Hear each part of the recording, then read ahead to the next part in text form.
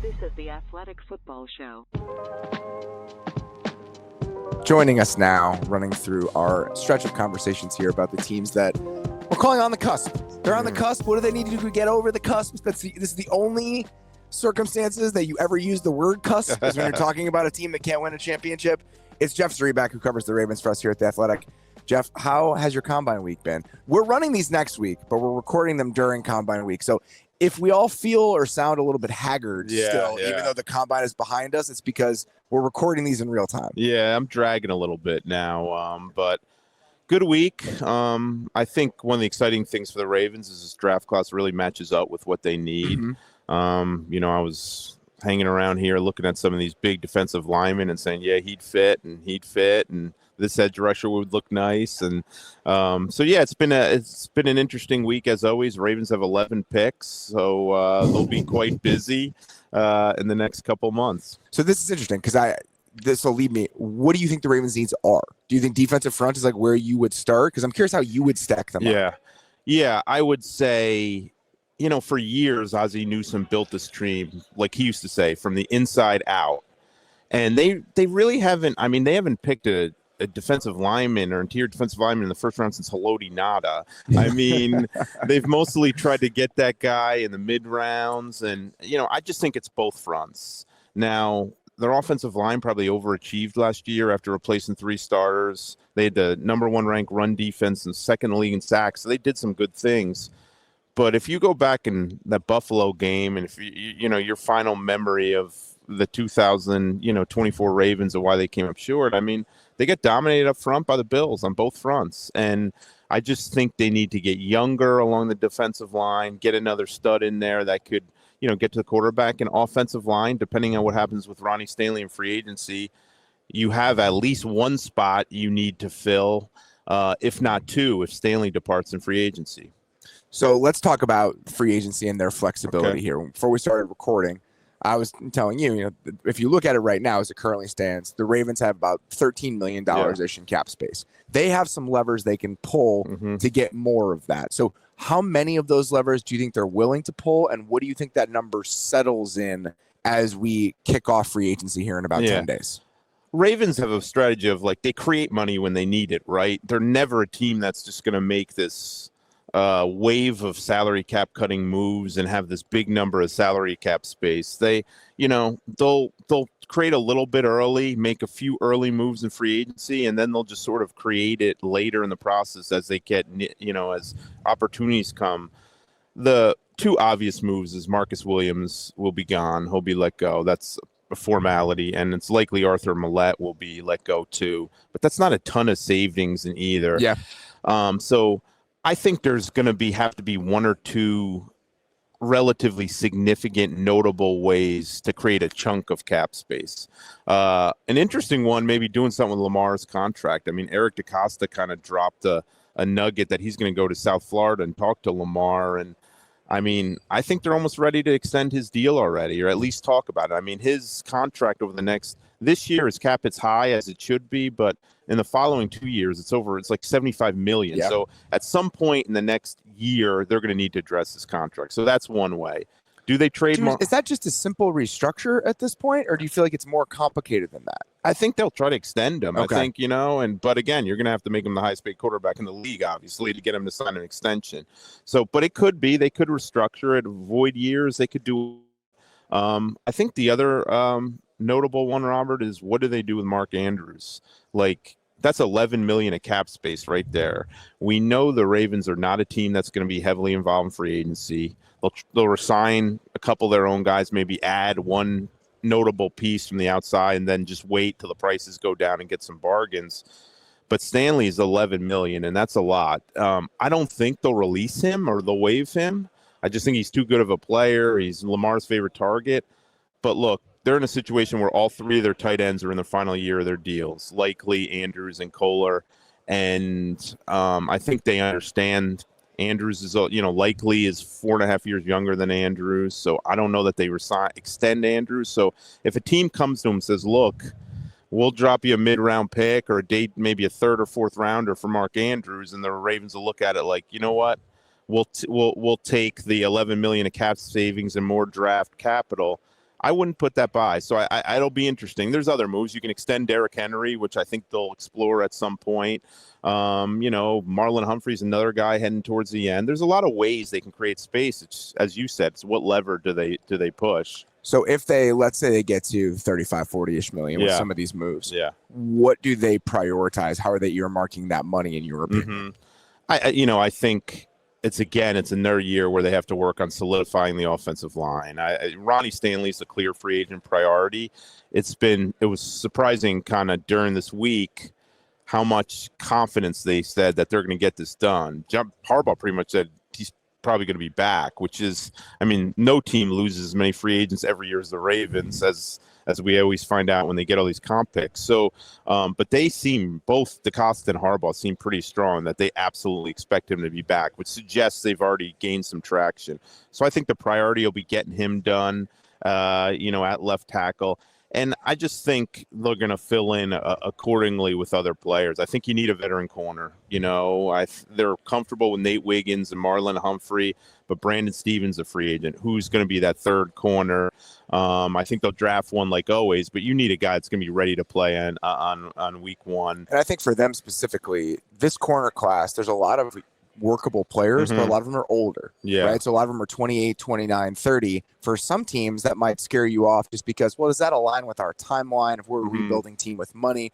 For the Ravens, if you get 2 good years out of Charvarius Ward at the end of this, that's okay. That's where they are right now. Exactly. So I actually think the makeup of this cornerback group in free agency actually fits what they need in the short term, and probably price-wise too. Yeah, and I think with the talent along, the defensive front, will they sign a veteran defensive lineman? Maybe, but I don't think that's going to be a priority in free agency. So I think, help maybe adding a couple veteran pieces in that secondary. They really don't have another safety right now. It's Kyle Hamilton and a bunch of other guys. I'm an Ardarius Washington fan, but I understand that. But and he's a free, he's a restricted free agent. So I do think they'll keep him. They'll probably have to put a second round tender on him and to make sure you keep him. But, that's a team, as you know, they love to put 3 safeties out there and load the field with DBs. And part of the reason I think that what happened last year is things got so specific in how they had to play because of what happened with Marcus Williams that they had no choice but to essentially play Kyle Hamilton safety the entire season. Yeah. And I feel like even though that worked and it did solidify the back end of the defense, they don't want to have to play a certain way. Yeah, I think you like to have the flexibility to match Hamilton up, to move him up closer to line of scrimmage at different times, to get him closer to the ball, to blitz him at times more. And you kind of lost that ability a little bit with Marcus Williams and Eddie Jackson's struggles. They were a disaster on the back end for about half of last season. I remember last year during training camp, you and I talking about this and just the sense of all right, now it's just going to be Eddie Jackson. Can they find just the next guy? Exactly. And this is how this team tries to do things, where we're going to make these modest moves and we're going to hope that the infrastructure that we have can kind of carry us. And it works until it doesn't. Yeah. And I think that the Eddie Jackson thing was a good example. Yeah, they hit on a lot of them. You look at how they hit on Kyle Van Noy, and it's still kind of reaping benefits. Van Noy, Millette, it's just so many of these little tiny marginal moves that they make. It's like they're getting the best versions of these guys, and then the Eddie Jackson one just didn't hit the same way. Yeah, it was, and that's what they're going to do. That's what they do. They're going to bargain shop. Now, these do it every year. They come out and they add one piece. This past year was Derrick Henry, But for the first 72 hours of free agency, as a Ravens beat guy, I'm writing about the guys who leave. That's just what I'm used to. I'm not really writing about guys who are coming in. Marcus Williams is the only exception in the last 5 years. When that happened, I was like, oh my God. Yeah, exactly. And they didn't even anticipate that, but he was still there. And they're like, oh, wait a second, So, and DeCosta reminded us of that this week. He's basically, you guys now know we operate. We're not going to be busy in free agency. It's just an understanding. And to be honest with you, Robert, I've been covering the team since about midway through 2011 season. So this is one of their, I don't want to say worst because I'd be disrespecting the players available, but this is one of their most lowest profile free agent classes they've ever had. You go through the list and Stanley's the big one and they're going to try to get that done. But then, you look and a lot of these, they have 18 unrestricted guys and I'd be willing to bet like 65-70% of them are going to be 1 year, close to league minimum guys. A lot of them are just kind of complementary pieces, special teams guys, key backups. So I don't think they're going to have to spend a whole lot of money beyond Stanley on keeping their guys. They're obviously going to try to keep fullback Pat Ricard, but he's a fullback. As good as he is, there's not going to be a huge market for him. Otherwise, I don't see them having to spend their ton of money on their own guys. So that's part of the reason we haven't seen him make any cap-cutting moves to this point. I've been a little surprised by that. They've been very quiet, but I think we'll see a wave of them next week. Yeah, the Ronnie Stanley situation is so interesting on a bunch of different levels. One, you understand how it got here, right? Typically, when you have a left tackle that play, okay, let's say Ronnie Stanley played at his 2024 level in 2022 and 2023, it never would have gotten here. Yeah, that they would have gotten this done, they would have figured it out. But I understand their group not wanting to commit to him long term after those last couple seasons because he's been hurt and it's been very up and down. Yeah. So that's how you get to this point where it's like, well, now he's playing well again. We have to figure this out. And in a lot of other positions, you either have somebody in the pipeline, another edge rusher, another defensive lineman, or you think this is a position we can solve in free agency in the middle rounds. Left tackle is a different beast. You can't just kind of throw a couple bodies at the problem and hope you figure it out. That's a dangerous way to live when you're in a title window. So I understand why this becomes a big priority. It's just a different sort of scenario. Exactly. I mean, to Stanley's credit, this guy took a $7.5 million pay cut last year. And kind of like one of those, I'm the bet on myself. Like I talked to him about it. He's just like, I just was uncomfortable with the fact that my legacy in Baltimore, my last year in 23 was going to be as a guy who hardly could take the field. And when I did, I got beat for a big sack in the AFC Championship game. And I just had a bad season. I wasn't myself. So he was willing to take that huge pay cut, bet on himself. Here in Indianapolis, I've heard all over the map. Like we ranked him as our number 3 free agent in the Athletics rankings. I've heard some people say, I don't think his market's going to be that high. I think it's going to be a buyer beware thing. His age, his injury history, never played 17 games before last year. And I've had other people say, look, so many teams have more money and more cap space and they know what to do with. He's the most proven guy available. It's a position where they go south real quick in this draft. Like if you don't get a left tackle early, you're probably not going to get one, and that's going to be able to start in day one. So it'll be interesting to see what they do. But obviously I think it would be best for the Ravens scenario to get that done in the next 10 days here so they don't have to worry about, where his market goes and, when he gets there. A lot of what we're talking about right now is fixing things on the margins, smaller moves, really maintaining the status quo the best that you can.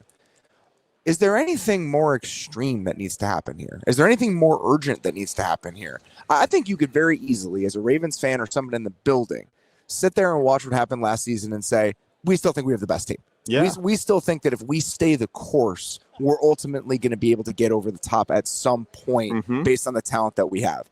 Is that naive? Do you think that there is something they need to do that's a little bit more above and beyond to kind of break through in a more aggressive way? Yeah, the hardest question, I get it all the time, and we discussed it earlier, like how does this team get over the hump? Is it a piece that gets them over the hump? Is it a change with how Harbaugh does things or the coaching? I mean, there's been some big games where the coaching staff's kind of come up small, and it's the hardest thing to answer because we've watched this team for 3 or 4 years, and they just dump truck some really good teams, like in the regular season. Yes. Like you could make a case that they've been the best team, and then they just kind of they just don't play up to their capability in the defining games in the playoffs. And so it's just so hard to define. Is it a player that's going to get them over the hump? I think the dream scenario, but it's just so un-Ravens-like, to help them get over a hump would be get one of these game-changing defensive stars, right? Yeah. I mean, their defense plays so well together. You've done a great job over the years documenting it. They have a lot of pieces that people love. There's all pros, Roquan and Kyle Hamilton. But do you have that pass rusher, like a Parsons type, that other teams fear, and in the biggest moments of the game, you can make a sack or strip sack, and it's going to be the difference of you holding a lead or you winning a game.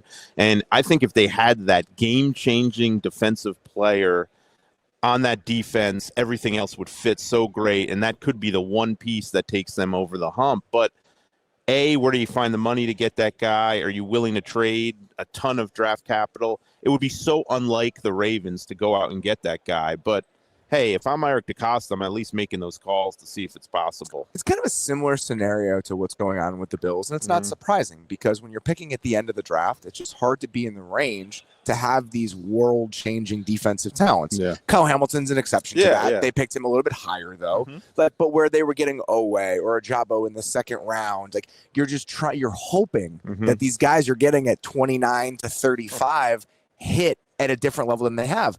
Always very similar to me to like what Greg Rousseau is for the Bills. He's a good player, Yeah, exactly. but he's not that guy where the other offensive coordinator is losing sleep the week that you're playing against them. And I just wonder, where does that come from? And the same thing with Buffalo, where you can talk yourself into just keep chipping away. Just keep chipping away. Yeah. We'll get one of them at some point. I can understand thinking that, but I also think there's a danger in thinking that because if it doesn't happen, then you're sitting there in 2029 being like, shit, I cannot believe we never did it. Yeah. And that's the danger. Yeah. And the fans, Raven fans, think they're too set in their ways, and they need to kind of get out of their comfort zone. And Eric DeCosta needs to do the F the picks and just go all in on it, something and do something. I think I think there's some truth to the fact that if there's a guy available, I'd take a shot, right? I mean, but they're not getting Myles Garrett. The Browns aren't trading him Myles Garrett. And that's the problem is I think the two pass rushers who are theoretically available in this year's like veteran trade market are in your division. Yeah, like, exactly. Trey Hendrickson and Myles Garrett are not going to Baltimore. No, and it's just there's only so many of those players out there, and I understand what Eric DeCosta is doing. I mean, you give your team so many kicks at the can, and you build as strong as a roster you possibly can, and you feel like at one point they're going to break through. But yeah, I mean, when you ask me that, it's just so hard to define why they can't get over the hump. The easiest way to put it is their best players have not been played at their top levels when the games have mattered the most. They've just been decidedly unclutch, and that seems to happen year after year. And what do you do about that? Like, that's the thing. Like, Raven fans are like, you got to get rid of Mark Andrews. He's been bad in the playoffs. Okay, Mark Andrews is a big reason why you've won so many games. I mean, I'm not saying you can't move on from him, but it's just hard to say that. Like, just cut bait on a player because of a bad performance in the playoffs. So that's what they have to figure out. How do they get over this hump? Is it a player that's been the difference in doing it, or is it something we're doing as an organization? I wonder, again, the Myles Garrett and the Trey Hendrickson thing, those are off the board. Yeah. You look at all the picks that they have, and I know that no one loves his picks more than Eric DeCosta. Like, it just, and every single year, opening all the ones they have and be like, oh, there's a comp pick in the 4th round, there's 2 in the 5th round, there's 3 in the 6th round. They operate like that way for a reason. I just wonder if there's something akin to the Will Anderson trade here that the Texans made. We're like, can we get a little bit more aggressive? Yeah. Can we wield some of that draft capital we have to take ourselves into a different tier of prospect than we would be able to pick based on where we finished during the season? Yeah. That seems out of character enough for them that I wouldn't anticipate it, but I'm just trying to be creative here and like what the swings are. Yeah. And, I think right now, if you look at the draft, I mean, if you're a betting man, you'd say it's either going to be a lineman or a pass rusher there. But rusher that kind of slips into that mid. Like, they're not going to trade their whole draft and future drafts to get up into the top 10. Exactly. They're not going to do that. 15 that you love. It's just like this is worth swinging for. Go up and get them. Yeah, I think they would have to really strongly consider that. I mean, it's a pretty good roster. They're going to lose some guys, but a lot of the late round or depth pieces, right? But this is an opportunity to add if you get a guy, and this may be a draft that's, kind of a buyer's market, because everyone talks about how, the quality player is very similar, right, in the mid to later rounds. So if there's a chance for a guy that you're in love with, that slips, why not? I mean, the one year they tried, and so many years ago, they basically were willing to go up and tried so hard to get into the top 5 to get Khalil Mack. And like, it was kind of like uncharacteristic. Another year, they really tried to move up far to get Marshawn Lattimore. So they've shown if there's that right guy, they're willing to sacrifice a lot to go up and get him. The question is, who is that guy this year? And does he fall enough for them to even consider it? Yeah, the 2013 Ravens were 8-8. So that puts you in a slightly better position to go get a Khalil Mack. But this is the case with all of these teams. At a certain point, you become victims of your own success, where you're sitting here and like, we have one of the quarterbacks. We have the most important thing in the world. We've done a good job finding value with these other picks. You think about what Tyler Linderbaum is and what Kyle Hamilton is and what Justin Madubuike is, but then you wake up at the end of the day and you just don't have those one or two guys that are truly game-changing forces because you've been picking between 25 and 32 for the last 7 years. And so it's a problem and a challenge that I think a lot of these teams are working through. And I find it a fascinating challenge because when you're in Eric DeCosta's seat or Brandon Beane's seat or Brian Gutekunst's seat, you're trying to balance these things. It's so easy to tell yourself what we're doing is working. What we're doing is working. If we stay the course, we'll be competitive every year. We'll be competitive every year. We don't want to overexert ourselves and throw away a season 2 years from now when we don't have to. But at the same time, when you can't kick down the door at a certain point, it starts getting frustrating. And so I feel like the Ravens are very much in that situation. Yeah, and I mean, how many years are you going to get the Lamar that we saw last year? I mean, how many years can you count on that? You can't count on that type of season. But the last thing I'll say about this, and I think this is important to remember, and it's something I've tried to bring up every time we discuss the Lamar playoffs thing. Lamar Jackson, as he currently exists, with an offense that gives him an opportunity for flexibility in the offseason, where it's like the offenses in 2019, even when they were the best offense in the league. I know they were the best offense in the league. It was such a hyper-specific offense.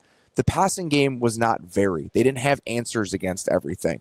That's really only been the case for the last 2 years. So this idea of Lamar keeps failing in the playoffs, he keeps coming up short in the playoffs, this isn't an excuse. The version of Lamar that I think should be truly judged on his playoff success and failure is the last 2 years. And he did not play his best in this game. So if that continues, then I think we can start a dialogue. But right now, I'm just not there yet because I think this version of who the Ravens are, where you have the ability to be a bunch of different teams when teams are having these hyper-specific game plans against you in the playoffs, that still feels new enough that I want to see it peter out a couple more times before I get really worried. Yeah, I mean, that 1 year he took over halfway through the season. That's ridiculous. Like the idea that we're putting the 2018 Ravens playoff loss on Lamar is so stupid to me. Yeah, and I mean, even that game in the Titans game where they're the number one seed, they won like 14 straight at the end of the season. They lost in the divisional round. The Titans. He was the only guy that kind of showed up on the field. Remember that one playoff game? Yes, but that's the team I'm talking about. It's like that offense was incredible, but think about what that offense was. I mean, they had Seth Roberts basically as it was Lamar and the Smurfs. That's what that team was, and so. I just think that this is the fully mature version of the Ravens that we've seen over the last couple of years. The bet they made on Monken and what he could give them was correct. It was the right thing to do. And now you've realized what sort of team you can be. And even to me, the maturation and improvement from 23 to 24. Whenever we talked about Lamar versus Josh Allen this offseason, I kept coming back to this idea of I think there's still a gap between them. Because you can take Lamar out of his game by pressuring him. If you blitz and you speed him up, he becomes a different player in these moments. Well, then that didn't happen in 2024. He was one of the best quarterbacks in the league against the blitz. So that improvement from 23 to 24, if we think this is indicative of what they can do year in and year out, where he's still getting better, then I think that also changes your calculus if you're someone like Eric DeCosta. It's like, we don't have to be making decisions based on 2022 or 2023 Lamar. We can think that he's even going to be a better version of himself moving forward. And so there are just so many different variables here, and that's what makes it difficult. Yeah, and I also think people don't want to hear it because the end result was a loss in Buffalo and finishing short of their goal. I think he made strides in the playoffs this year. I really do. I know he had the shaky – it was like 2 drives. He had the interception. He had the fumble. I mean, he led them down the field late in the game with no Bateman on the field. Zay Flowers was out. And they were Mark Andrews dropped, 2-point conversion from tying that game in the final minute. I thought he played really well at times in the second half. I thought after the game, he even showed how much he's matured a little bit. I think he made some strides this year in the playoffs. I really do. I did not think he did it in the moments early against Buffalo, but I thought he really settled in when things, he was getting rushed a lot in that game and he was getting flustered, but I think he bounced back really well in that game, and that's something they could build off. That wasn't the same Lamar that we saw really get frustrated in previous playoff games. I think he showed his maturity in that game too as well. I think that's fair. I just think that we're going to keep having this conversation if he keeps playing worse in the playoffs than he does in the regular season. Exactly. And that's the problem is the standard in the regular season was so high this year that those two mistakes are enough to make it the worst game of his season. And so until that gap gets totally closed and we see a Lamar that's the version we see in the regular, that's what clutch means. It's not playing better in the playoffs. It's playing as well as you did in the regular season. And until he's able to do that, we're going to keep doing this. And I think it's a fair criticism, but I agree with you in that I do think that there have been the right sort of strides year in and year out. And that's why it's tempting to just say, if they stay the course, it'll happen. If they stay the course, it'll happen. But I know that's going to drive Ravens fans insane. Yeah, it is. I mean, look, they probably need something at every position, like most teams. But there's some positions where they don't need a whole lot. It's more fine tinkering. So it's just a big off season for them. I mean, I think what will really help, which was an underrated or understated factor last year, was losing so many defensive coaches. There was such a brain drain for that building last year. And, to lose Weaver and McDonald and Denard Wilson, I thought was a huge loss. Because that secondary was just disorganized and a mess. And there's a reason they got rid of both their D-backs coaches and brought in Chuck Pagano this offseason to kind of settle things down. I think it'll help. I don't think they started training camp kind of digging themselves out of this hole because all the new people and new positions. I think you'll start kind of more where you left off last year, and there won't be that we saw because, look, they lost to the Raiders in week 2. I mean, they were not that good of a team for the first half of the season, and a lot of that was their defense was just terrible. Jeff Zrebeck, sincerely appreciate the time. We did this for longer than I was planning to, because I'm just fascinated by this entire situation. Always appreciate the time, sir. Always great to chat with you. We will do it again very soon. Awesome, Rob. Great talking to you. Thank you. Joining us here from Radio Row in Indianapolis, it's our friend from ESPN, Dan Graziano. Dan, how you doing? Doing great, Robert. How are you? I'm doing very well. Good week. It's been a fun week. Yeah. It's been a long week. Sure, always is. It's starting to feel longer as I'm getting older. I'll be honest with you. Well, I'll tell you what, that doesn't get any better.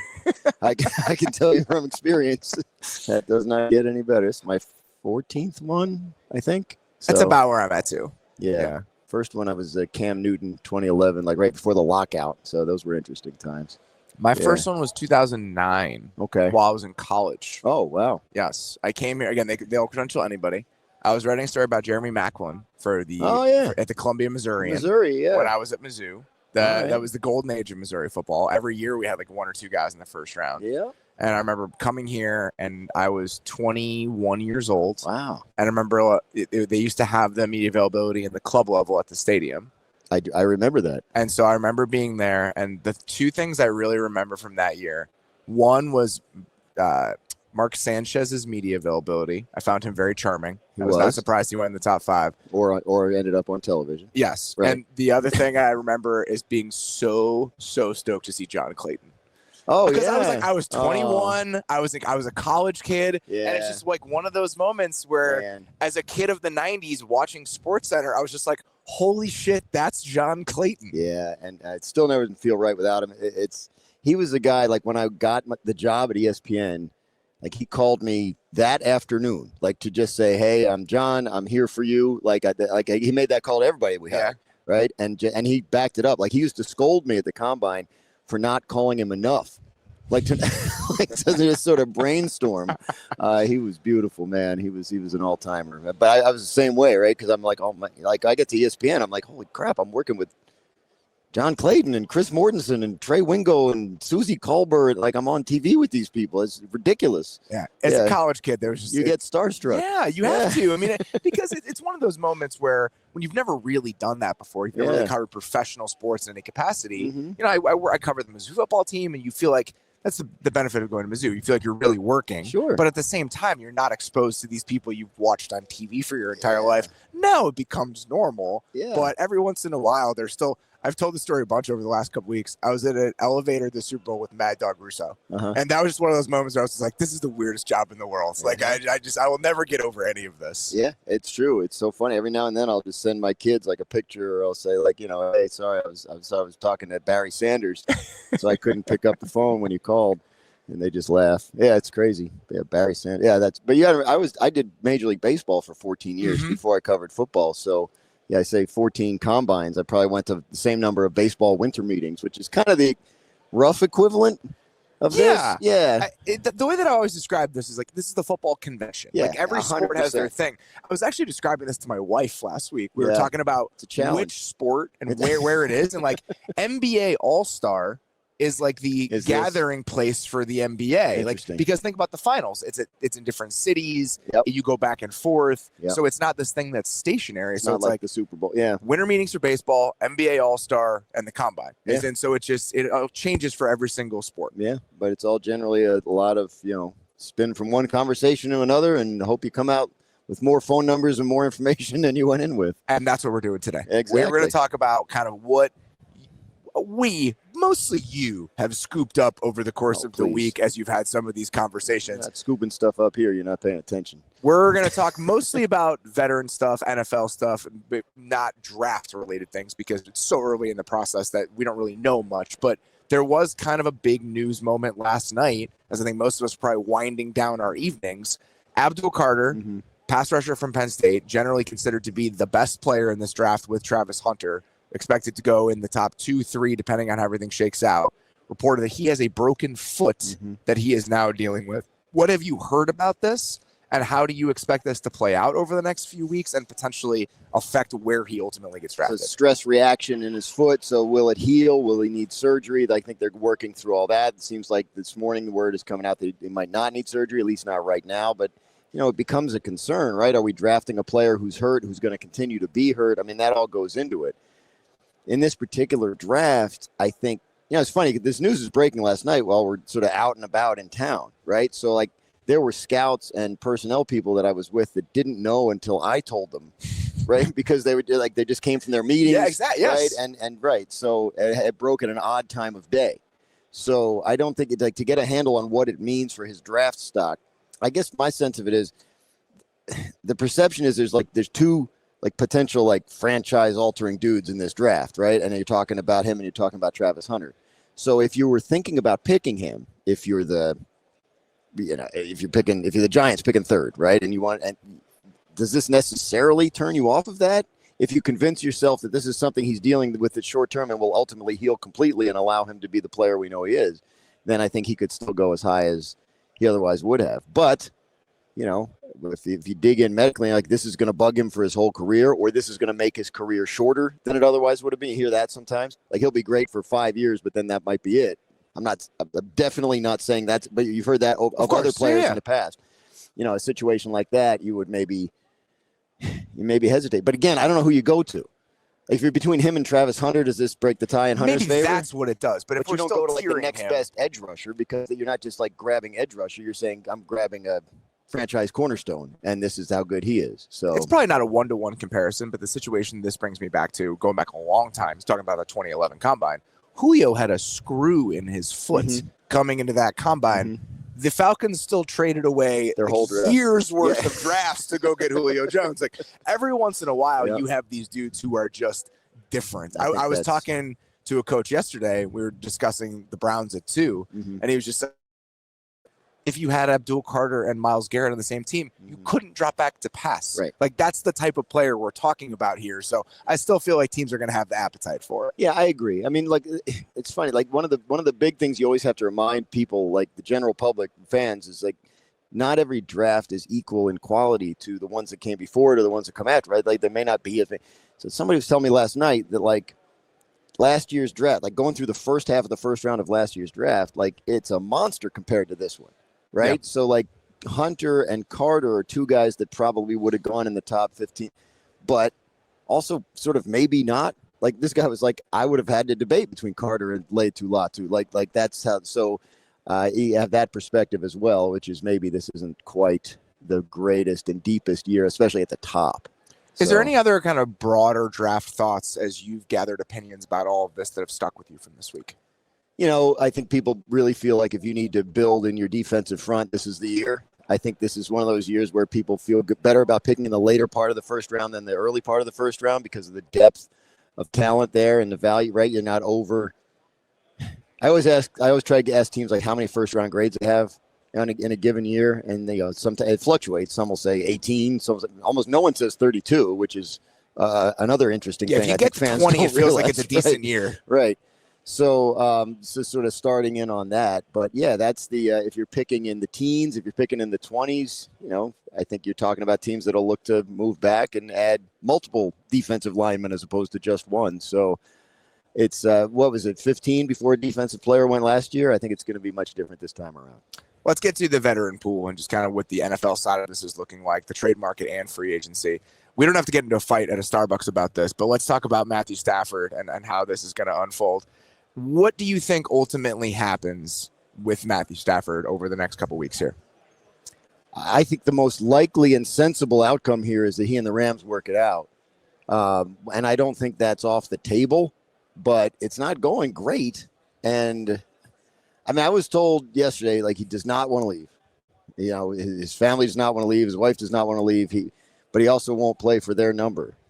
So it's got to be one or the other, right? Right? Like, are you telling me he's retiring? Like he's going to have to either leave or play for their number at some point. So can he get them to move at all? And the Rams can get a little stubborn. Like, all of a sudden they start thinking about life after Matthew Stafford, and maybe they're onto that, right? And then now you've overplayed your hand. So if I were the Rams, I'd call his bluff. I'm not going to buy that he's going to want to go play behind the Giants' offensive line for another $4 or $5 million a year. This guy's maybe made more money than any NFL player ever, or top 2 or 3. So it's hard to believe money ultimately decides it, but I think it's respect. I think he doesn't want to be going year to year anymore.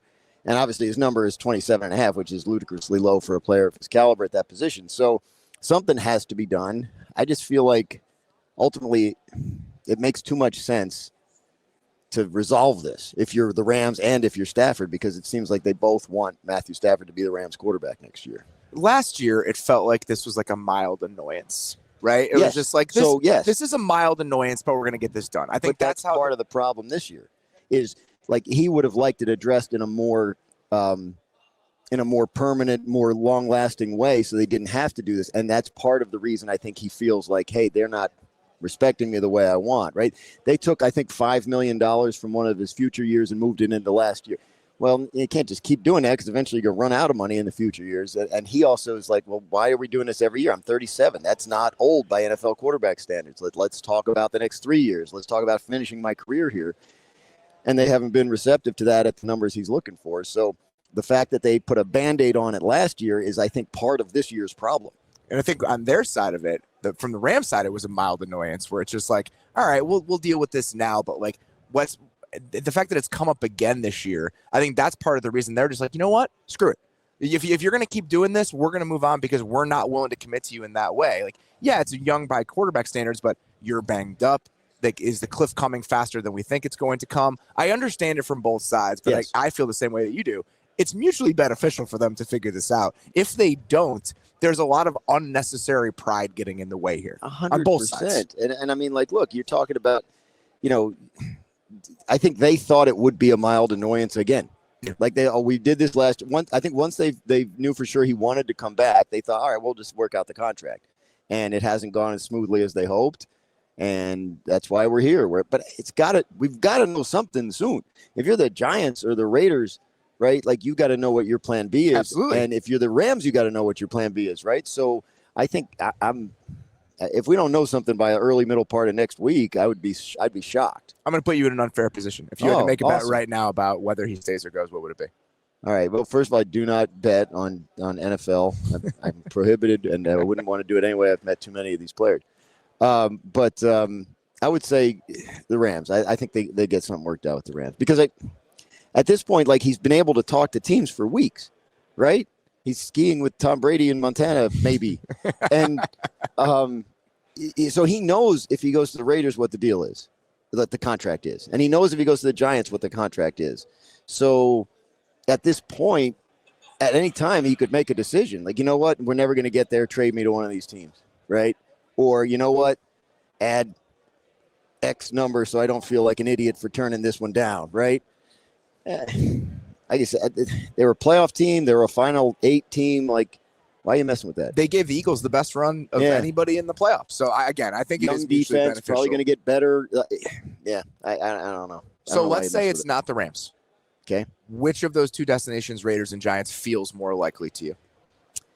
I think for me, the answer is Giants, just because it's sort of been in my perception zone longer, right? Like the Giants have been the team that we've been hearing about for a while. The Raiders have kind of come on not really, but in terms of us finding out about it, right?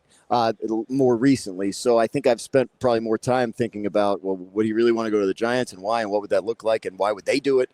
So I know they've done the work, but they also don't have Tom Brady, as a closer. So why would the Giants do it is a very good question to me. And I feel like, to me, it's self-evident. You're looking at your options if you're Joe Schoen and Brian Daboll. You understand we have to win a certain number of games in 2025 to keep our jobs. Mm-hmm. Matthew Stafford is the best route to winning that number of games. Mm-hmm. But if I'm John Mara and I'm walking into this scenario and I know these two guys are on the hot seat, there is not a chance in hell I'm letting them borrow from 2026 and 2027 resources to save their jobs in 2025, even if I understand their motivations in the short term. Right. So I've covered the Giants for a number of years. I know John Mara, how he looks at his team and perceives it. Talk to him about how devastating it is for him that they have become not just bad, but irrelevant. Right. So even watch it worse than irrelevant, like a punchline. Right. Exactly. Yeah. Off-season hard. I mean, everything they've done has been, stepping in it at this point. So he hates that, like, when the Eagles come to town, it's all Eagles fans. Right. And when, the Panthers come to town, it's no fan. Right. So I think there's some value even from ownership's perspective in let's win some games this year, right? Like maybe Matthew Stafford doesn't put us in the Super Bowl, but if we get from 3 wins to 9 or 7, then that's at least giving our fans something to watch. Mara's one of these owners is very, very, very cognizant of I need my fan base engaged, and he knows it's not. Unless it's anger that's engaging them. But I think that's part of the Saquon thing as well, right? Like there's a marketability aspect and there's a fear when you lose somebody like that. Who are you putting on posters? I get all that. Who are we asking people to come watch? Dexter Lawrence is in the Chunky Soup commercials, but beyond that, there isn't a lot of widespread. People don't show up to games to watch defensive tackle. It's just not a thing. So I think it would be I think if you're Schoen and Daboll, you do have an opportunity to sell, respectability, right? Yeah. Like incremental improvement as a to ownership to convince it. Because here's the other thing: you're just coming out of the Daniel Jones experience of a quarterback that was picked 6th and was not the guy. So if we don't think Cam Ward or Shadur Sanders is the guy, do we want to? Are we at risk of being in the Daniel Jones zone again for the next 5 years? And then that sets us back worse than spending money on a 37-year-old, having him be the guy for 2 or 3 years while we figure it out. I think all of this makes sense. And for me, sometimes I can get a little bit too pigeonholed in how are we maximizing championship opportunities, right? And for me, the idea of trading away significant draft capital and borrowing money from future years when you could be competitive for 37-year-old Matthew Stafford is not optimized team building. Right. That's not what these teams are often after. It's not about optimized team building. No. And also think about the other thing from the Giants' perspective. They believe they have their number 1 wide receiver. They believe they have their starting left tackle and that he's a top-end guy. They believe that they have a very strong defensive line and edge rush. So, draft capital, yes, they need to build out their roster, but they can convince themselves the positions where we might use a high second-round pick are covered, right? Right? So, I sort of understand that, and I know that's been the refrain. My response to that would be, okay, those 5 guys you just listed off, what else? I hear you. Where do we go past those 5 guys? Nothing. So I hear you. Yes, it's not just a plug in Matthew Stafford to be okay. It comes at a cost, and they know that. But I do think that those are the conversations that are going on between front office and ownership, coaching staff and ownership when we're talking about this. And I think Stafford is their plan A. I think they've gotten to the point where that's what they want to do if it works out. And I do think that makes sense. And looking at it from John Mara's perspective in that way, that tracks to me. Sometimes this is not about how do we make sure we're optimizing every chance to win a Super Bowl. There are more short-term motivations involved here. I think the Giants have a lot of those. And also the realistic, we're not one jump away. We have to make multiple jumps here, and it's going to take a couple of years. So maybe bringing in a guy that's won the Super Bowl, that's a veteran, that's going to be a grown-up in the room while we bring some young guys along. Maybe there's value in that long-term too. If they don't get Matthew Stafford, do you think that mindset pushes them toward a veteran option like Sam Darnold versus trying to find a guy in the draft? Yeah, I think the next thing that they would do is think about the draft, which of these quarterbacks they think has the chance to be the guy long term, and do we need to move up 2 spots to make sure we get him, right? So we don't get stuck with our second choice who we don't like as much. So I think that'd be where they pivot, because I don't think that after you don't get Stafford, where are you now in terms of veteran additions? I don't think Sam Darnold for the Giants is going to be a thing. I don't think they're going to bring in a Jets cast off. Just a little sense of how the Giants think. It's perception. I understand that. I think would they look at Kirk Cousins when the Falcons cut him and you get him on a minimum deal the way the Steelers did with Russell Wilson last year? Sure, but he comes with medical questions and age questions and wasn't very good last year. So Aaron Rodgers, you can say some of the similar things about him. Justin Fields, what are we getting there? So I think if they don't get Stafford, their next plan would be, let's see if we can solve it in the draft. If the Rams move on from Stafford, where do you think they ultimately land? I think their ideal would have been a quick pivot to Aaron Rodgers, but I don't know if that's going to work. He's also talked to other teams as well, so I'm not – I mean, it seems like that would be the spot Rodgers would want to go, but I haven't heard much of them on Darnold, which surprises me because why not? Like, you know, if you go from Kyle Shanahan to Kevin O'Connell to Sean McVay, that's probably not a bad sort of arc. Here's my Sam Darnold. This is just kind of reading tea leaves and talking to Jordan earlier this week and knowing Sean's affinity for Jimmy. Mm-hmm. I'm assuming they're looking at, we have Jimmy for nothing. Mm-hmm. Why would we pay Sam Darnold $40 million? So maybe they position themselves to get Tyler Shuck or somebody like that, and then maybe he turns into right. I think in their minds, it's the gap in our offense and what we would be asking them to do between Jimmy and Sam Darnold is not worth the gap in price we would have to pay those 2 players. That would be my assumption. That's fair. And what are you getting in Darnold? Like, are you still? I mean, can you continue his momentum? Does the way the season ended stick with him and snowball? Some people will tell you about Darnold that when bad things start to happen, it's hard to pull him out of that. So, I don't know, and I think that's part of the reason. If you're talking about what would be easy for the Rams to call Stafford's bluff, that's probably one reason they don't think it is, because we're not exactly sure what we do at quarterback, and we are a team that's capable of winning the biggest of the big games. I hesitate to say this, but I really do think that they would be comfortable rolling with Jimmy Garoppolo. And that scares me because I just think that that's a dangerous life to live. And the word that Jordan used a lot this week earlier when we were talking about it was hubristic. Like, right, there's a hubris in that building, fair. And there is. And I think some of it is justified. Mm-hmm. But at the same time, that feels like one of those moments where you're flying a little bit too close to the sun.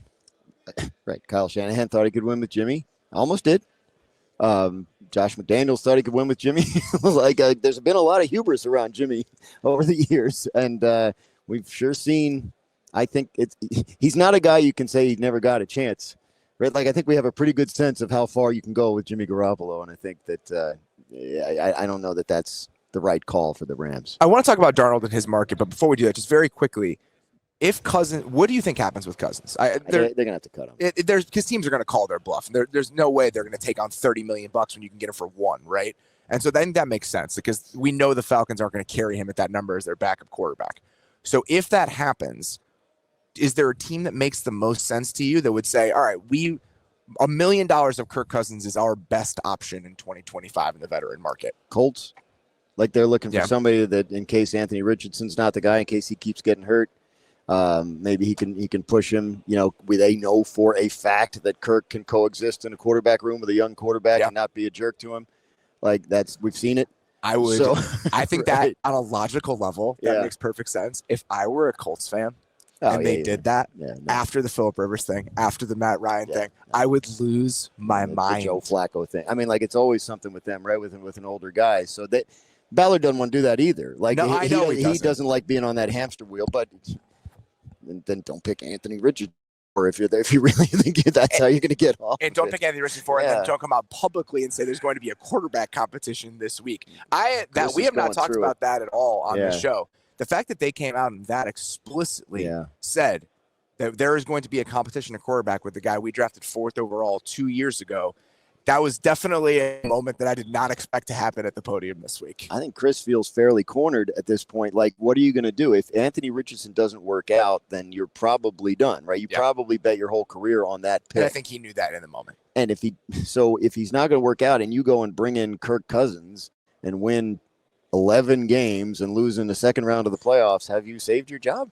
Like, because it's the same story that we right, did in 2020 Band-Aid all over again. Right. So, like, what are we doing here? Like, we need a long-term vision for the organization. And right now, if that's Anthony Richardson, we don't know if that's going to work. So I think in Chris's ideal situation, you bring in the veteran, you know, and you're sitting there in mid-August going, wow, Anthony looks totally different. Like, I think we're good here. And then he hits the ground running, and you have, you know, Kirk or whoever veteran is in the classic Tyrod Taylor scenario where he thought he was going to be the starter and some kid came in and outplayed him. I think this is very clearly an emotional play in terms of what they're doing here, because with making it clear this is going to be a competition. Because I think what the problem is, they're trying to put the toothpaste back in the tube of their mishandling of this from like 2023.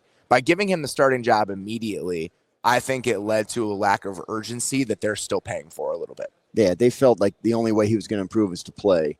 And so that's why they had to start him. But fundamentally, the biggest concern they have with him is health, not performance. So you're bringing in a veteran. You're thinking about somebody who's probably going to have to play some games. Like, even in the best case scenario, like, Anthony's probably going to miss some games. So that's not a good spot to be in either with your franchise quarterback. So, yeah, they're in trouble. So is it someone like Cousins or Rodgers, or is it someone like Jameis Winston, right? Yeah. Like, is that the solution that allows them to keep the door open with Anthony Richardson more than one of those? I mean, bringing Aaron Rodgers, he's going to be the starter. Like, he's not going to be in competition with Anthony Richardson. I also think this is something go back to the darkness retreat and hang out there. Like, there's no, you know, why am I banging my head against this brick wall? I was talking to a coach yesterday who they're probably going to be looking for a quarterback this offseason, and we were just talking about the Rodgers thing, and it depends on where your roster is, right? And depends on where your organization is built. Like, if you're the Rams, I think it makes sense. If you're a team with a young roster, it's not necessarily even personality concerns, because, you know, people calling about the Jets, he's a decent teammate, all that kind of stuff. Yes, he's hard on young players. Right. And so if you're a team that needs to play young players, if you're a team that's more methodical in your timeline, and you're worried about the development of those players, both physically but also from a confidence perspective, adding Aaron Rodgers to that equation becomes an unnecessarily volatile piece, depending on where you are in your build. And I would say the key, the codicil to what you're saying is you have to, it depends where your roster is, but you have to be correct about that evaluation too, which the Jets kind of weren't. Well, I guess we'll really never know whether they were right in 23. I'd still make that bet every time. Right. I still would. I think it was the right bet in the right moment. We're not even second guessing. Like, in the moment, you were probably saying this could go really badly, but it's worth taking the shot. Exactly. And it was, which is easy for us to say. None of us got fired, and everyone else in the Jets building did. But, yeah, they had to do it because they were in that zone of, like, well, we don't want to win 9. Like, we want to win 14 and the Super Bowl. Like, so let's take a shot. So that didn't work, so they're resetting. But now, what are you getting with Aaron Rodgers? Like, is there a team out there that's going to feel the way about him the Jets did in 2023? I don't think there is. What do you think the Darnold market ends up looking like? Because there's so many different factors here. How many teams are involved? That's the price will ultimately settle based on how many teams are willing to push it up. Right. But I don't know what that looks like right now. So I think the Stafford domino has to fall. Yeah. Right? Because if you're the Raiders and you don't get Stafford, does Darnold become your pivot, right? Does that make sense? And if you're the Giants, you don't get Stafford, does Darnold become your pivot? If Stafford doesn't leave, now that's 2 teams instead of, right? So to your point, right? Like, what does the market do? So where else would I don't think Darnold becomes a consideration for the Jets. I just don't see, I don't see how they sell that. Yeah, there's no way you could. Right. So, yeah, where else are we looking that would plug him in as a starter? We talked about the Rams if the thing doesn't work out with Stafford. There's no chatter about the Geno Smith situation, right? Like, I haven't heard it at all. Like, I think they're committed to him, and because I agree, in that building, I think that their opinion of Geno is higher than the general public's opinion of Geno. I think you're absolutely correct, but there does need to be a new contract. And until there is, I think that's worth considering an unsettled situation, much like Stafford with the Rams. Not, one-for-one comparison, but same kind of thing. Geno's not going to go back and play on that deal. It's the lowest starting quarterback contract in the NFL that's not a rookie quarterback contract. If you look at it stacked up, Geno's making 25. The gap between that and everyone else, those are stopgap starters. They're bridge starters. They're not real NFL quarterbacks. And so if you're Geno, even if we can hem and haw, and I'm the wrong person to be talking about this as like the world's biggest Geno booster, but we can hem and haw about where he is in the hierarchy. He is definitively a starting quarterback in the NFL. He's a borderline top 12 player. Yes. Right. Yeah. So, I agree with you. I think that that's the guy they would like. But, contract situations can muck this up sometimes, right? So if I were a team, I'd call. Yes. I would at least call because I think he's a reasonable solution for a lot of people. So, and if that were to happen, does Seattle become a Darnold place, right? So that I think the Darnold market has yet to form. And I think that's one of the reasons the Vikings are a little flat-footed because, do we franchise him? And I think if you see Minnesota franchise him, it's because they've identified a trade market. Yeah. They know in advance it's going to happen. I don't think Minnesota is going to bring back Sam Darnold and make him their starting quarterback next year. I think J.J. McCarthy is the guy they want to be their starting quarterback in September. So if they franchise Darnold, I think it's because they believe they can trade him. If they don't franchise him, that might tell you a little something about his market, right? That maybe it's not going to be as awesome as you think if there weren't trade suitors. The way that I understand kind of the moving pieces here is that one of the reasons you'd want to trade for him is that you would want to control the negotiation, right? You wouldn't want to be having to deal with a bunch of other teams. But if you're a team like Tennessee or you're a team like the Raiders and you think this is going to be a 2-horse race and you don't think there are going to be a bunch of other teams driving up the price, then you say, we're not willing to give up the draft capital here. We're comfortable. We can sign him anyway. Exactly. Yeah. And so it's just, if you think there are going to be 4 or 5 teams and you think this number starts going from Baker at 33 up to an uptick on the Cousins contract, then, well, let's give up a 3rd-round pick so we're the only team negotiating here. Yeah, that's fair enough. And I think the other thing is, while it's technically illegal, I think, teams and players and agents come out of this week with a pretty good sense of what the offers are going to be. Yes. Right. So I think that's the other thing too. I think Minnesota and I think Sam Darnold will know coming out of here, this is the ballpark we're playing in. And then those other teams that, they'll know who they're competing against. The team that I feel like is a reasonable destination for Darnold, depending on the price, is Tennessee, because I think it actually solves a couple things for them. One, this is a regime, even if there's a new front office, they won 3 games last year. And so the idea of picking a quarterback at 1 and the uncertainty that comes along with that, even if you're excited about the quarterback, if that doesn't work out, the hourglass gets tipped over real fast. So Darnold at least gives you some level of certainty. And if you can get him at the Baker price, and then that frees you up to take Abdul Carter or Travis Hunter with the number 1 pick. Or trade back. Yeah. You suddenly become a little bit more, exactly, especially if the Giants want Cam Ward. You go to 3, you pick up 2 seconds in the process. And you still get Carter. You still get one of those guys. Yeah. I think that if the Darnold price is right, is potentially attractive to the Titans. I don't think they want to bridge because I don't think that takes them anywhere. I feel like they want to come away from this offseason with a long-term answer at quarterback, whether that's Sam Darnold or somebody they take with the 1st overall pick. Those feel like the 2 most likely paths to me. I think your logic is sound. And what I'm hearing about that 1 pick the last couple of days is a lot of people speculating on trades like that they would want to move out. Maybe the Giants from 3, maybe the Jets are a team that comes up if they fall in love with Cam Ward, right? So that'd be a big jump relatively. So if you're Tennessee, you could maybe clean up on that deal and add, multiple seconds and all that kind of stuff. So yeah, I think you're probably right in terms of the mentality of that organization. Brian Callahan is probably a hot seat guy this time next year if they win 3 games again, right? So Now, I don't know, X's and O's wise enough to know if Darnold makes sense for Callahan. Right? I think at the right price, that would be a marriage that makes sense. Yeah. That's what I would say. And I just think that it depends on the price tag. And if you can get Darnold, if you're the Titans, if you don't come out of this offseason with a quarterback that you can have for multiple years, we always talk about this. Well, they can get him next year. Who knows? Right. Who knows? Maybe. You stumble into 2 more wins than you want. You're picking 6th overall next season. You don't have a path to a long-term guy. So it's so easy for us to say, well, they'll pick up extra picks. They'll pick an edge rusher. They'll find the quarterback somewhere along the way. There's so much uncertainty surrounding that. When you have multiple options potentially sitting in front of you this offseason, I think that there's a temptation to come away with your multi-year answer in 2025 if you're Tennessee. I think you're probably right. And I think Darnold is probably at the top of that. Unless they're a Stafford team, but I don't get the sense that would work. So, yeah, I think you're probably right. Cleveland at 2. What do you think their thinking is right now when it comes to quarterback alternative options? And if they don't go quarterback at 2, what does their quarterback pursuit look like in the next couple of weeks? Probably a disaster as usual. But no, they're. I think they're thinking quarterback at 2. That seems to be the consensus belief around here among the people I've been able to talk to about it. So. Even to the point of they make their peace with both of them, and so they don't really care if one goes one, they just take the other. I have heard that they like a lot of the quarterbacks. Right. Whether that's the first two, the guys further down the draft, some of their options in free agency. I think that they are open to many different paths at that position. But to your earlier point, they're at 2. So, like, you play around with it, and maybe you don't have your solution. You don't know when you're going to be at 2 again. So maybe just take care of it, right, if you really like these top 2 guys. Especially if Darnold goes to Tennessee. Right. If Darnold goes to Tennessee, then I would be surprised if Cam Ward wasn't the Browns quarterback next year. Well, unless somebody goes up to yes. 1 to take him, right? So I think like Deshaun Watson has 2 years left on his contract. We don't know if he's going to play this year, right? Multiple Achilles repair surgeries in a 3-month span. Like most recent was January. Like he's got 2 years left on his deal, and the odds are he's probably going to only participate in one of them. I don't think he'll ever play quarterback for the Cleveland Browns again. So the $46 million a year, fully guaranteed, is sunk cost. They have it. They're stuck with it. There's nothing they can do about it.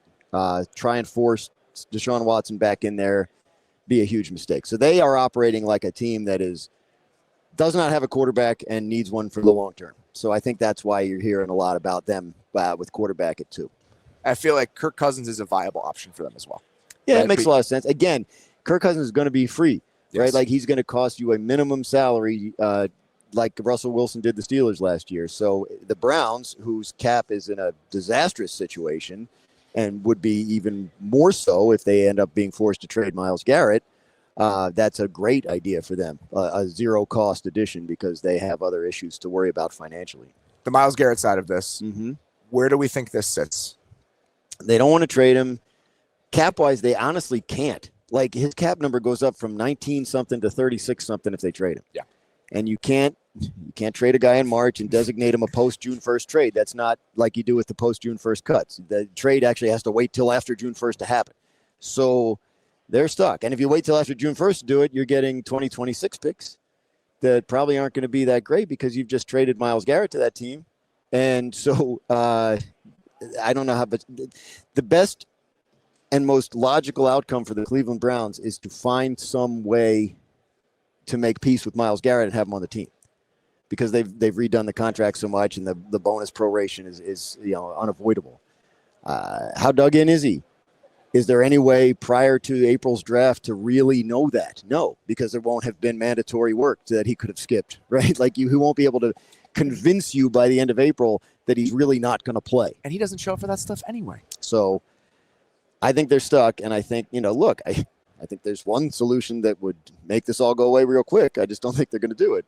And it is a fully guaranteed contract for Myles Garrett because you gave it to that clown. So I've never done anything wrong. I've never done anything but play great for you. Why don't you give me a fully guaranteed? But I don't think they're going to go back down that road, because now all of a sudden everybody's banging your door down for that. I would be surprised if he were traded before the draft. I would too. I would be surprised if he were traded at any point before training camp, because I think they're going to do everything they can to see this all the way through and call his bluff. I agree. Maybe that's posturing, but just based on conversations, I would be really, really surprised if something happened in the short term here. I don't think they're posturing. The question is, can someone make them an offer that convinces them to change their belief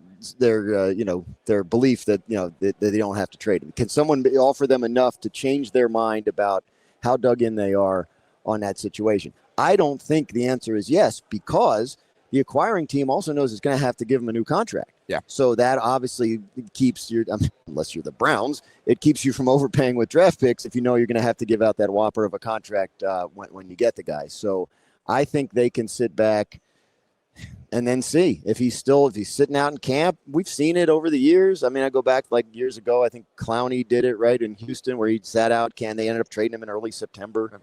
So it could happen, but I don't think he wants to do that either. And I think they're going to try to call his bluff on that. I don't think they wanted to get that acrimonious near the end of training camp. I think their hope is he breaks down the door on Labor Day weekend and we see him show up for week 1, and that's enough for them. Yeah. I think the question of would they trade him for the right price is yes, but I just don't think that price is rooted in reality. I would agree with that. If let's say it's 2 ones, I don't think they would do it for any 2 ones, because in their minds, we're looking at this and we say, okay, everyone's going to say we're this rebuilding team that has no shot over the last couple of years, but they have the 2nd overall pick. They have real draft capital for the first time.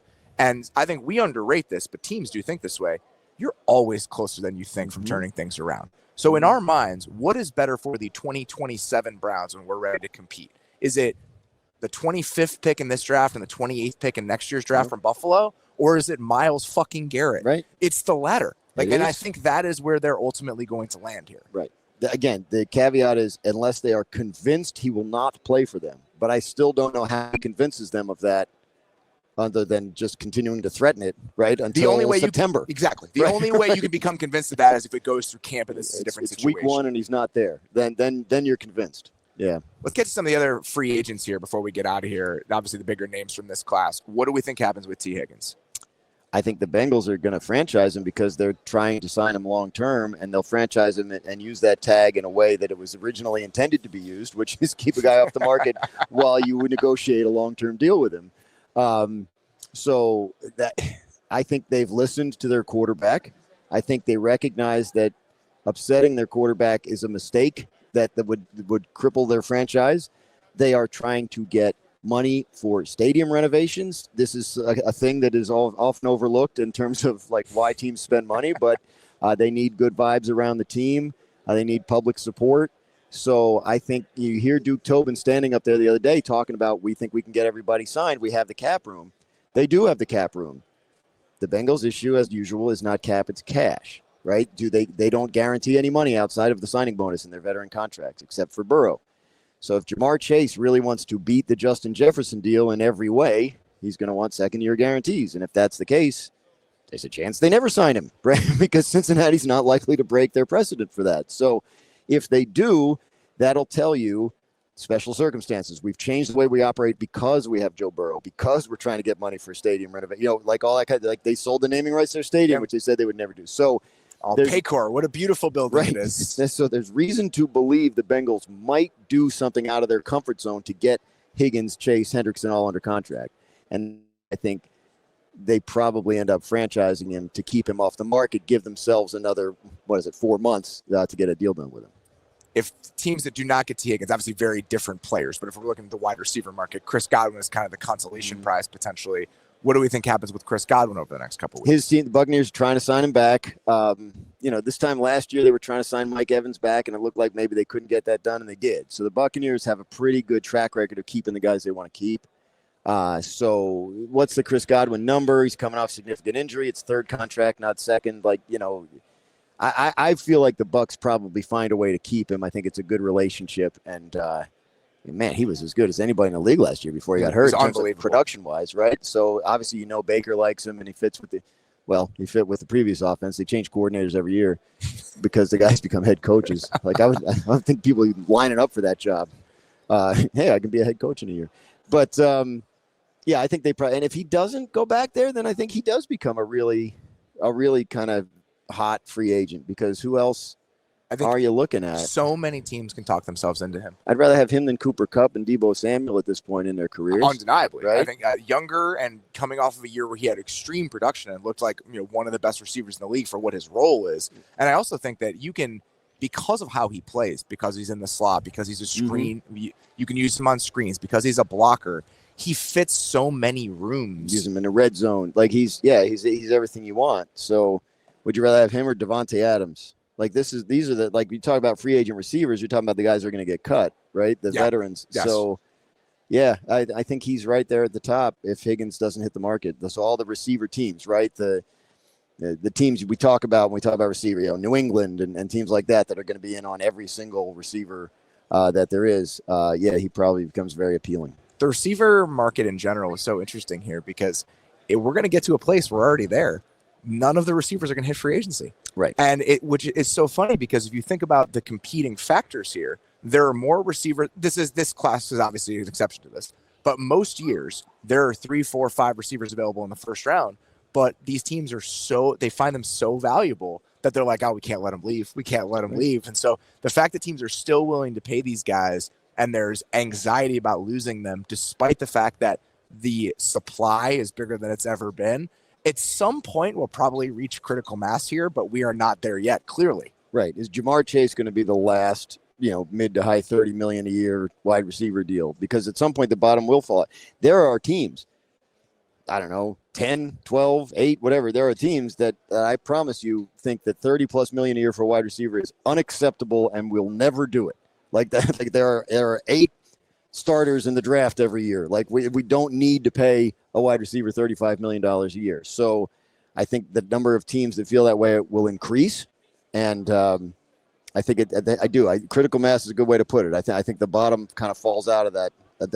If it makes sense, the bottom falls out of the top end of the market at some point, and it resettles. And I mean, Amon-Ra St. Brown is probably making what a top wide receiver should be making, right? The high 20s, right? Like, and I think there are a lot of people who look at that contract that we would never do that. Sure. But he's so valuable to the Lions. Right. And so like that, and that's what keeps happening here. Yes. Is that in a vacuum, if you're looking at this on a spreadsheet, it's like, oh, well, why wouldn't we slide this guy out and pay a rookie quarterback or pay a rookie contract? But the Lions are probably sitting there being like, well, we can't imagine our offense without Amon-Ra St. Brown. And that's how the Bengals are. That's how the Bucs are. So this keeps happening. It reminds me a little bit of the quarterback conversation, where in theory, you should look at what the Dolphins do and think, well, we could do this with someone else for $5 million. But then teams just aren't willing to do it. They don't have the stomach for making that decision at the end of the road. Well, because you really don't see it done. I mean, like how many playoff games have the Dolphins won with Tua Tagovailoa? Like it's not, ultimately Sam Darnold turned into a pumpkin. Like what? Like right, all the good feeling, all the good vibes on this Vikings season. Now out of nowhere, like it didn't get done. So if you're not elite at that quarterback position, you have reason to think that maybe we can't win. So I think that, and in terms of the receiver, Bengals aren't the only team that's scared of pissing off their quarterback. So that's another reason, right? Like, absolutely. You don't want to let Jared Goff down by letting Amon-Ra St. Brown walk out the door. So, yeah, I do think it settles. I don't think it bottoms out completely, but I don't think the top of the receiver market just continues to skyrocket for the foreseeable future. The one free agent in the top 5 here of all of these rankings that likely is going to hit the market is Trey Smith. We anticipate him getting paid a lot. Any teams that you have your eye on right now? New England. No, I mean, I think that's like they would be ready to go, right, if they get word that he's not going back to Kansas City. But certainly they're not the only one. I mean, like everybody needs offensive line help, obviously, but that's the team that they have the most cap space. They have ownership that will spend. They have a young quarterback that everything needs to be about him, and so his protection is their number 1 and number 2 priority this offseason. So I think they're the team poised to take the huge swing on a guy like Trey Smith if he gets out of Kansas City. And Onwenu can move to right tackle if they want him to, right? So you've already committed to him, but there's flexibility there. I think Chicago is still a team we're paying attention to. Yep. I question their cap's in good shape too. Very good. Yeah. And so obviously there's the connection with Ryan Poles. They've said they want to spend. And so I expect them to make a run. And if Trey Smith ended up in Chicago on a top of the market deal, I would not be surprised. So Ryan Poles has very specific ideas about player acquisition. And like when you saw him get there, like he started trying to convince himself he could find offensive line solutions in the 4th, 5th, 6th round because like the way he and his people scouted them and how they fit hasn't worked.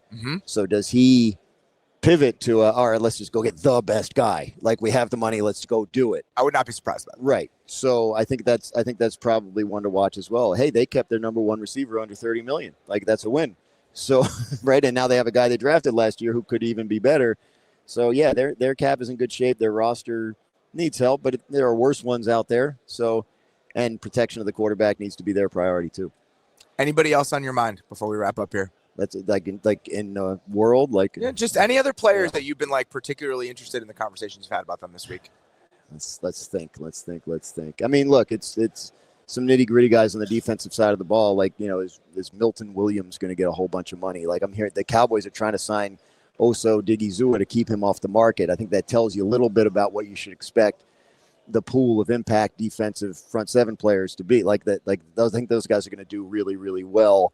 We're looking at extension. Like, is it time for, guys like Drake London and people like that to start getting extensions? What do those look like? I'm just kind of rattling through. Like I'm looking around at tables to see if I can see a team name to jog something. It's just it's an incredible week. I mean, what it is. It's overload. We hit plenty here. Yeah. I think that Darnold conversation, how the quarterback stuff shakes out. Purdy contract. Yes. That's going to be a big one. Like where's that land? Yeah. It just feels like this is a cost of living upgrade on the Trevor Lawrence, Jordan Love thing, and we just go from there. Yeah, well, yes. If you talk to Purdy's agent, I'm sure he would tell you all the ways that Purdy's been better than Trevor Lawrence was his first 3 years. I think that's and he's right. That's Yeah. fair. Yes. I think we have to take if I'm Purdy's agent, Yeah. I'm saying that every single time. If Yeah, I look well, at the contract that Jordan Love he got, is. right? Like, and I understand that. I saw him last night. No, because I mean, like he's been 7th and 1st the last 2 years in QBR. The highest Trevor Lawrence has ever been is 16th. Like, yeah. If that's the nuance of that, Yeah. and why that's potentially true is not Brock Purdy's agent's problem. No, it's his asset. Yes. Yeah, absolutely. That truly does not matter. Yeah. So it's an easy discussion for Brock Purdy's agent. It's like, I just put some numbers in front of you and say, I want 1.8 times or 1.8% more than that. And it's easy to do that. But are the 49ers okay? Like, is that that's the question, right? Like, are the 49ers going to do it? I think yes. I think yes. But if they balk at it, if they say, well, we made you and it's not quite, and truth be told, like, it's not fair. But like how you entered the league often affects your ability to, like, your starting point in these contract negotiations. This guy's been making $600,000 a year, where Trevor Lawrence had already made $30 million by the time he was up for a contract. So that's not fair, but it does. Teams do use that. Like, hey, the player's like, well, I got drafted so late I haven't made any money. It's like, well, you should have played better in college. Dan Graziano, sincerely appreciate it. Yeah, man, it's fun. Thanks Always for having great me. to chat with you. Great to see you, and we will talk to you very soon. Sounds good. Thanks.